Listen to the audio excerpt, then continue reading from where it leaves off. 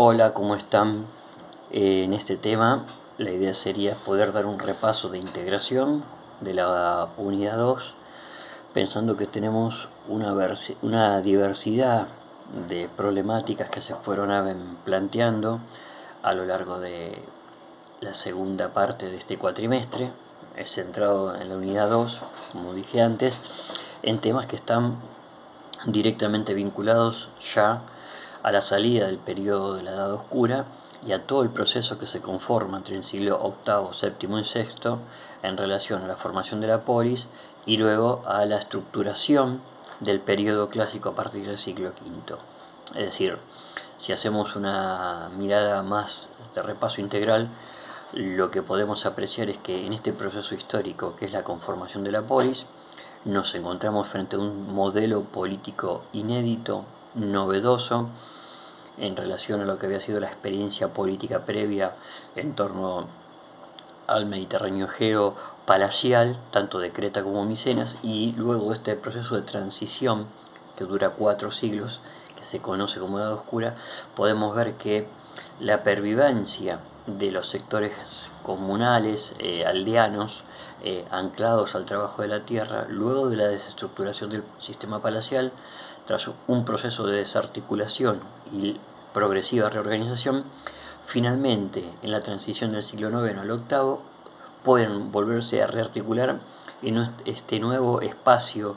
e inédito espacio político que va a ser la polis. A partir de ahí, el primer punto que tenemos que recordar es la definición de la misma, las características nodales, aunque después se puede profundizar, que la organizan. Entonces, en relación a esto, ocupa un lugar muy, pero muy importante pensar cómo la polis puede organizarse y estructurarse en relación a un conjunto de factores que tenemos que tener en cuenta. Número uno, es nodal el trabajo y el uso de la tierra para pensar el desarrollo de la ciudad.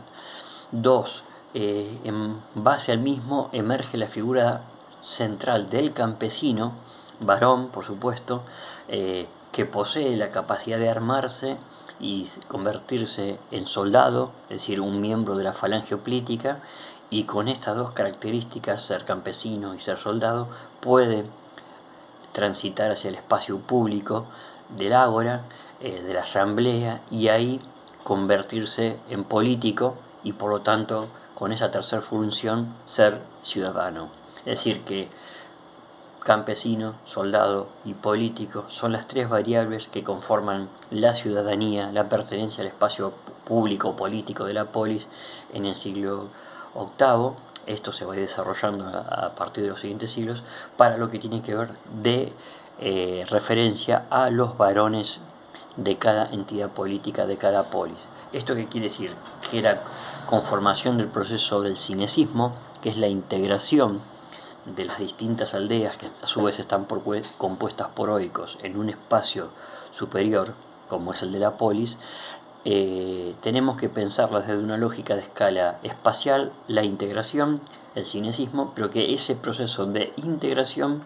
espacial viene articulado con este otro proceso de integración de escala política. Podríamos decir que uno es más cuantitativo y el otro más cualitativo, y que en la dimensión de la articulación espacial, no todos los que son parte de ese espacio geográfico que va a ser determinada ciudad, la polis, por lo tanto, se puede pensarlos a los mismos como ciudadanos. Es decir, en ese proceso de integración estructural, solo acceden a la ciudadanía estos miembros que poseían las características que decíamos antes, pero aquellos que tengan pocas tierras o que se encuentren en situación de sujeción por deudas con los grupos terratenientes, de aristócratas ricos, o aquellos que trabajen en actividades vinculadas a la artesanía y el comercio, y por supuesto las mujeres, se encuentran fuera de ese espacio político. Entonces, como una primera cuestión nodal para pensar la polis, es la siguiente: ese proceso de integración espacial que ha ido desde el oikos, formando la aldea, y desde la aldea articulándose con otras aldeas, formando el espacio geográfico de la ciudad, se vincula con un espacio político que no articula de forma directa con una idea de participación plena. Todo lo contrario, la polis es producto de un proceso de inclusión y exclusión. Un grupo queda inserto en el espacio público, político, pero otros, por no poseer estas características nodales que decíamos antes, no las encuentra como viables, como tales, y queda excluido. Pero dentro de ese proceso de exclusión, claramente lo que podemos ver es que mientras para las mujeres la exclusión va a ser un fenómeno permanente, para los varones va a haber distintos momentos de conflictividad social entre el siglo VII, pero más profundamente en el siglo VI, para poder tratar de alcanzar una apertura hacia la participación política. ¿Qué quiere decir esto? Que por un lado los grupos de campesinos que conforman la falange hoplítica van a buscar y van a presionar para poder acceder a una mayor participación en el sentido de acceder de forma directa a los cargos que representan el control político de la ciudad, que se encuentran en manos de los grupos aristocráticos. Por otro lado, campesinos medios van a también más empobrecidos, van a presionar para ingresar al estatus político y por supuesto, tal vez esto lo vemos mejor con el caso de Atenas, quienes se encuentran bajo una situación de sujeción por deudas van a presionar para adquirir la libertad. Es decir, a lo largo de todo un periodo histórico podemos ver que se desarrolla una lucha política y económica como tal para poder ingresar. Las consecuencias de la misma es que al terminar el periodo arcaico nos encontramos en un proceso de transformación concentrado en el siglo VI, en donde podemos ver que en gran parte de la ciudad del mundo helénico se ha dado un proceso hacia una institucionalización que busca de alguna manera poner freno a las tradiciones políticas ancestrales bajo el mando de los aristoi, por un lado. Por otro lado, la posibilidad de desestructurar el sistema de dependencia y de servidumbre por deuda ha aportado un primer paso para el desarrollo de la esclavitud. Esto está más atestiguado en Atenas. Y por supuesto también el fenómeno de las tiranías que acompañaba todo este proceso de transformaciones comienza a cerrar su ciclo hacia finales del siglo VI, dejando un proceso de reorganización política muy importante en el interior de la ciudad. Y claramente esto está vinculado al impacto de las guerras médicas, a la huella que deja el imperio persa en ese intento de conquista del territorio de la era continental, y la consecuencia de este, más allá de lo que es la guerra en sí misma, es la reorganización del espacio helénico en torno a la impronta naval que realiza y despliega Atenas, aprovechando justamente la presencia persa en el Egeo, y este se transforma en el instrumento político, narrativo, legitimador de Atenas para construir su arjé, su dominio naval, que finalmente colisiona con los intereses políticos de Esparta y decanta en la famosa guerra del Peloponeso. Es decir, el modelo que construye Atenas, que es un modelo muy particular, que es el de una estructura democrática extendida que permite incorporar a los tetes que habían estado presentes en la reforma de Solón, pero se encontraron excluidos políticamente, da paso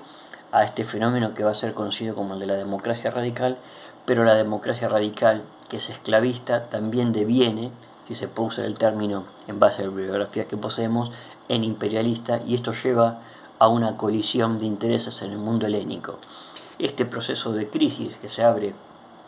con la guerra del Peloponeso no decanta en la misma, se mantiene a través del tiempo, se traspasa al siglo IV, y lo que podemos ver que fenómenos como la guerra del Peloponeso, la guerra de Corinto, la guerra entre Esparta y Persia y la guerra de los aliados, nos muestran que el sistema helénico comienza a colapsar rápidamente al siglo IV, que ha sufrido el impacto de la hegemonía imperialista ateniense y que se desintegra la posibilidad de pensar a la polis ya como un fenómeno unificador a escala local, fracasan las hegemonías de Esparta y de Tebas, y en ese contexto comienza a pensarse la posibilidad,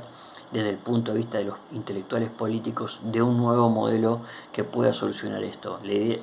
Reemergen conceptos como el panhelenismo, pero pensado desde una mirada de liderazgo integral,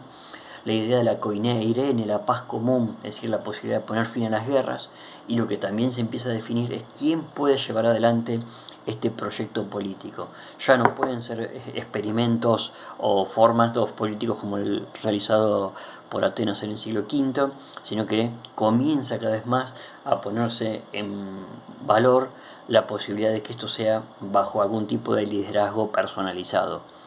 dentro del que permita de alguna manera articularse con la estructura democrática, pero avanzado el siglo IV y ya muy fuerte la presencia de Macedonia en el mundo helénico, aprovechando su debilidad intrínseca,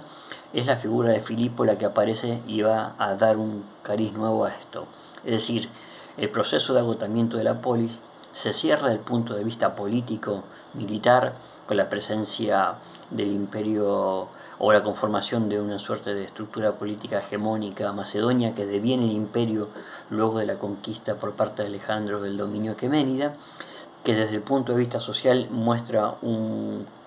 una sociedad más polarizada, donde las guerras han producido una asimetría mucho mayor, y desde el punto de vista de la representación discursiva del poder político vemos que se ha construido la legitimidad para que sean los liderazgos individualizantes, que primero tenían que ver con formas de poder autocrático y que luego se insertan en el imaginario de las monarquías helenísticas, nos muestran cómo de forma integral ese proceso político que había sido la formación de la polis se encuentra agotado y como nuevamente emerge la monarquía como figura política para ser distinguida y para organizar el espacio helénico, ¿no es cierto? El surgimiento de las monarquías helenísticas ponen el mundo griego en estrecho contacto político, cultural con el cercano oriente, y es el punto de inflexión para que comencemos a pensar cómo estas nuevas entidades políticas que emergen, cruzando la tradición monárquica oriental y las tradiciones culturales helénicas, van a ingresar luego a estar en contacto con la expansiva República Romana en el pasaje del siglo III al siglo II a.C. Les mando un abrazo.